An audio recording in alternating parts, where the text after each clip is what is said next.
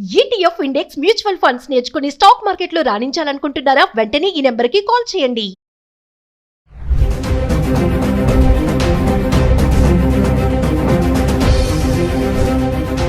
Hi hello నమస్తే, welcome back to Suman TV. ప్రస్తుతం మనతో పాటు ఉన్నారు consumers affairs committee chairman Mandari Krishna Reddy గారు. నమస్తే సార్. నమస్తే. సార్, అమెరికా ట్రంప్కి సంబంధించి మనం వీడియోలు చేస్తూనే ఉన్నాము. మరి కొత్తగా అమెరికాలో ఉన్నటువంటి భారతీయ విద్యార్థులను భయపెడుతున్నటువంటి కొత్త బిల్, ఓపీటీ బిల్, అది రద్దు చేసేసాడు. మరి ఏంటి సార్, దానివల్ల మన వాళ్ళకి వచ్చినటువంటి నష్టాలు ఏంటి? అంటే ఎవరైనా ఇతర దేశస్తులు అమెరికా వెళ్ళి చదువుకునే స్టూడెంట్స్ కానీ, లేక ఏదైనా రీసెర్చ్ స్కాలర్స్ కానీ,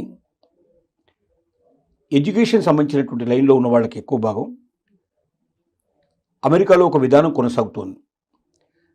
సపోజ్ వాళ్ళు ఏదో ఒకైనా వీసా తీసుకొని అక్కడికి వచ్చి ఎడ్యుకేషన్ కంటిన్యూ చేయడం కానీ, ఈ రీసెర్చ్ స్కాలర్ ఇట్లా కంప్లీట్ చేసినప్పుడు వాళ్ళకి ఇచ్చిన వీసా పీరియడ్ ఏదైతే ఉంటుందో 2 years 3 years ఎంత ఉంటుందో ఎడ్యుకేషన్ దానికి సంబంధించిన రీసెర్చ్ వరకు ఆ పీరియడ్ ఉంటుంది. ఆ పీరియడ్ తర్వాత కూడా 1 సంవత్సరం నుంచి 3 సంవత్సరాల దాకా వాళ్ళు అక్కడే ఉండి జాబ్స్ చేసుకుంటూ ఇంకా ఫర్దర్గా ఆ రీసెర్చ్ లోపల ఇంకా ముందుకెళ్ళడానికి కానీ, ఎడ్యుకేషన్లో ముందుకెళ్ళడం కానీ, లేదా జాబ్ ఏదైనా చూసుకోవడానికి పాసిబిలిటీ కానీ దానికి తగినట్టుగా ఒక అవకాశం గతంలో ఉండేది. Minimum 1 year, maximum 3 years possibility కల్పించేవాళ్ళు. ఈ పీరియడ్లో వాళ్ళకి ఏంటంటే వీసా ఉన్నట్టే లెక్క, అంటే వీసా ఎక్స్టెండ్ చేసినట్టు లెక్క. ఒక రకంగా ఓపీటీ అంటే ఇక్కడ వాళ్ళకి వీసా ఎక్స్టెండ్ చేయడం ఒకటేను, వాళ్ళు పని చూసుకోవడానికి ఒక అవకాశం ఉండేది.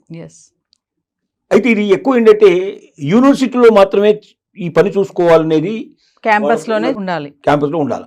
అది వారానికి 20 గంటలు మాత్రమే పని చేయాలనేది ఉంది, కండిషన్ ఉంది. అంతకన్నా ఎక్కువ పని చేస్తే అది నేరం కింద లెక్క. కానీ సహజంగా యూనివర్సిటీలో ఇంతమందికి జాబులు దొరకడం చాలా కష్టం. కాబట్టి ఏం చేస్తారు వీళ్ళు, యూనివర్సిటీలో కాకుండా బయటకు వెళ్ళి పనులు చూసుకుంటారు. 20 hours చేస్తే దానివల్ల లాభం లేదు కాబట్టి, ఎందుకంటే 20 hours అమెరికన్ సిస్టమ్ ప్రకారంగా చేస్తే, అంటే అమెరికన్స్కి ఎంత అయితే డబ్బులు ఇస్తారో అంత డబ్బులు మన ఇండియన్స్ కూడా ఇచ్చేటైతే 20 hours సరిపోతుంది. కానీ అమెరికన్స్కి ఇచ్చే దాంట్లో 1/4 1/3 మనకి ఇస్తారు కాబట్టి అది సరిపోదు. కాబట్టి ఏం చేస్తారంటే 20 గంటలు సరిపోదు కాబట్టి బయటికి ఎక్కువ గంటలు పనిచేస్తారు. ఈ ఎక్కువ గంటలు పనిచేయడం అనేది నేరానికి సంబంధించిన విషయం. అంటే అమెరికన్స్కు ఉద్యోగాలు దొరకకుండా బయట నుంచి వచ్చిన వాళ్ళు ఆ ఉద్యోగాలు ఆక్యుపై చేసుకొని తక్కువ రేట్లకు పనిచేయడం వల్ల అమెరికన్స్ రావాల్సిన జాబ్స్ రావట్లేదు, అమెరికన్ రావాల్సినంత జీతం రావడం లేదనేది అక్కడ ట్రంప్ యొక్క వివాదం. ట్రంప్ ఓపీటీ రద్దు చేయడంలో ముఖ్యమైన కారణం అది. ఇప్పుడు దీనివల్ల ఏమైందంటే లక్షల మంది విద్యార్థులు నష్టపోయే పరిస్థితి ఏర్పడింది. అంటే వాళ్ళకి చదువు అయిపోగానే ఇక వాళ్ళు వెంటనే మూటముళ్ళు సర్దుకొని వచ్చేసేయాలి, వెనక్కి రావాలి. ఏమాత్రం అక్కడ ఉండడానికి వీలు లేదు. గతంలో అయితే ఓపీటీ ఉండడం వల్ల మినిమం 1 year నుంచి 3 years దాకా వాళ్ళు షెల్టర్ ఉండేది. ఆ 3 yearsలో వాళ్ళకి యూనివర్సిటీ లోపల కూడా పనిచేసుకునే అవకాశం ఉండేది, బయట కూడా పనిచేసుకునే పాసిబిలిటీస్ ఉండేది. వాళ్ళు మొత్తం మీద అంటే యూనివర్సిటీ అని ప్రతిబంధకం పెట్టినా కూడా చాలామంది ఎక్కడ చేస్తున్న స్టూడెంట్ వీసా ఉంది కదా ఇతనికి, ఎట్లాగైనా 3 ఏళ్ళు 2 ఏళ్ళు ఉంది కదా వీళ్ళు చెప్పిన ప్రకారం ఓపీటీ ప్రకారం, కానీ ఎవరు కూడా పోలీసు కానీ ఎవరు ఆబ్జెక్షన్ చెప్పేవాళ్ళు కాదు. ఇప్పుడు ట్రంప్ తీసుకుని నిర్ణయం వల్ల ఏమైందంటే లక్షలాది మంది విద్యార్థులు వాళ్ళ ఇండియాకు రావాల్సిన పరిస్థితి ఏర్పడింది. ఖచ్చితంగా రాకపోతే ఇంకో మార్గం లేదు. ఎందుకంటే వాళ్ళని 1 month లోపల వాళ్ళకి ఈరోజు ఓపీటీ రద్దు చేశారు, 1 month టైం ఇచ్చారు. 30 రోజుల లోపల వాళ్ళు 80% ఇండియాకి తిరిగి రాకపోతే వాళ్ళ మీద కేసులు ఫైల్ చేసే అవకాశం ఉంది, వాళ్ళ జైలు పంపించే అవకాశం ఉంది, వాళ్ళ మీద రకరకాల యాక్షన్స్ తీసుకునే అవకాశం ఉంది, ముద్రేసేస్తారు. స్టూడెంట్స్నే కాకుండా సార్, అక్కడ ఉన్నటువంటి యూనివర్సిటీస్ కూడా ఈ బిల్లుతో భయపడుతున్నాయి అంటే ఏం చెప్తారు సార్? ఎందుకు భయపడుతున్నాయంటే యూనివర్సిటీస్ ఎప్పుడు బాగా కలకలాడుతుంటాయి, స్టూడెంట్స్ ఉంటే బాగా కలపడతాయి. స్టూడెంట్స్ని బయటకు పంపించడం మొదలుపెట్టిన తర్వాత ఈ ఓపీటీ సిస్టమే లేకపోతే అసలు ఎవరు చదువుకోవడానికి రారు.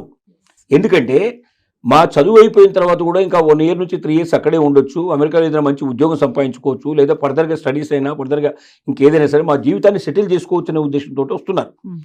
నీకు నీ చదువు వరకు మాత్రమే కంప్లీట్ చేసుకుని పోవాలంటే అమెరికానే రావాల్సిన అవసరం లేదు. ఇండియాలో కూడా మంచి చదువు ఉంది మనకు, ఇండియాలో కూడా మంచి యూనివర్సిటీస్ ఉన్నాయి మనకు. ఇవి కాకుండా అమెరికా కన్నా చాలా తక్కువ ఖరీదు చేసేవి, తక్కువ ఖర్చు అయ్యేటువంటి అనేక దేశాల లోపల యూనివర్సిటీస్ ఉన్నాయి, ఇంకెక్కడికైనా వెళ్ళొచ్చు.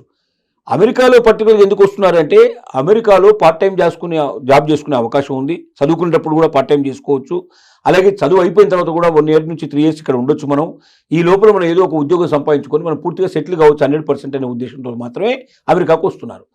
ఇప్పుడు ఓపీటీ తొలగించిన తర్వాత ఇక అక్కడ ఉద్యోగాలు వస్తాయనేది కల్లా, అక్కడ వెయిటింగ్ పీరియడ్ లేదు. మరి అలాంటప్పుడు ఎందుకు వస్తారు? కొత్త విద్యార్థులు రారు, ఉన్న విద్యార్థులు వెళ్ళిపోతారు, కొత్త విద్యార్థులు రారు. మరి యూనివర్సిటీస్ ఏమైపోతాయి? నష్టాల బారిన పడిపోతాయి. చివరికి యూనివర్సిటీలు మూసుకోవాల్సిన పరిస్థితి ఏర్పడుతుంది. అందుకే యూనివర్సిటీస్ వణికిపోవడానికి కారణం అది, భయపడడానికి కారణం అదే మెయిన్గా. సరే, ట్రంప్ టార్గెట్ ఇప్పుడు స్టూడెంట్స్ అంటారా?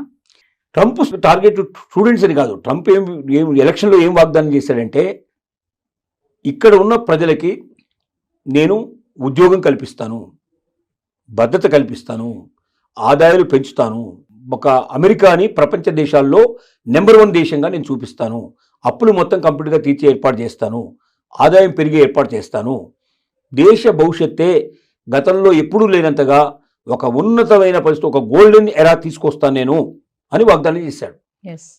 కాబట్టి మరి అలాంటి స్వర్ణయుగాన్ని తీసుకురావాలంటే ఎక్కడెక్కడ లోపాలు ఉన్నాయో చూడడం మొదలుపెట్టాడు.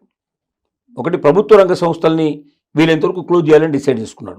ఎందుకంటే ప్రభుత్వ రంగ సంస్థల్లో అనవసరంగా ఖర్చే విపరీతంగా ఉంటుంది, కానీ దానివల్ల వచ్చే ప్రయోజనాలు పెద్దగా ఉండదు.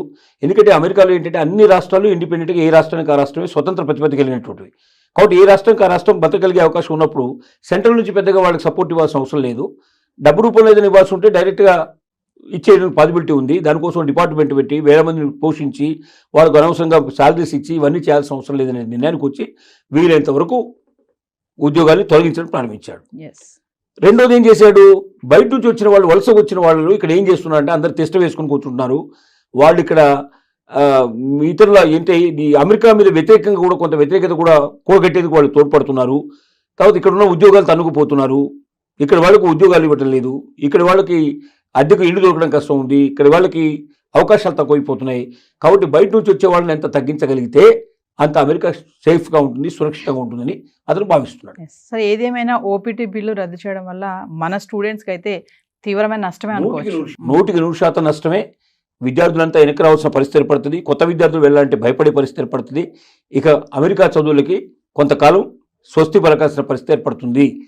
అసలు వాస్తవంగా ఎవరిచ్చినా సలహా ఇది ఇస్తారు. ఎందుకంటే ఏ క్షణంలో ఏం జరుగుతుందో తెలియని దేశంలో వెళ్ళి దేశంగాని దేశం లోపల అక్కడ ఉండి అక్కడ ఒకవేళ ఉండాలనుకుంటే ఒక నెలకి ₹1,00,000 ఖచ్చితంగా కావాలి. ఒక నెలకి ₹1,00,000 కావాలి. అంటే తల్లిదండ్రులు పంపించాల్సిన తప్ప ఇంకో మార్గం ఏముంది? తల్లిదండ్రులు ఎంతకాలం పంపించగలుగుతారు? చదువు అయిపోయిన తర్వాత కూడా ఇంకా ₹1,00,000 నెలకు చొప్పున సంవత్సరానికి 12 లక్షలు 10 లక్షలు ఖర్చు పెట్టాలంటే ఎంతమందికి అవకాశం ఉంటుంది అది? కాబట్టి చాలా మంది పోరు. 100కి 90 మంది 95 మంది వెనక్కి వచ్చేస్తారు. ఒక 5% పీపుల్ 10% పీపుల్ మేబీ డబ్బు బాగా ఉన్నవాళ్ళు పంపించుకునే పాసిబిలిటీస్ ఏర్పడతాయి. Thank you sir.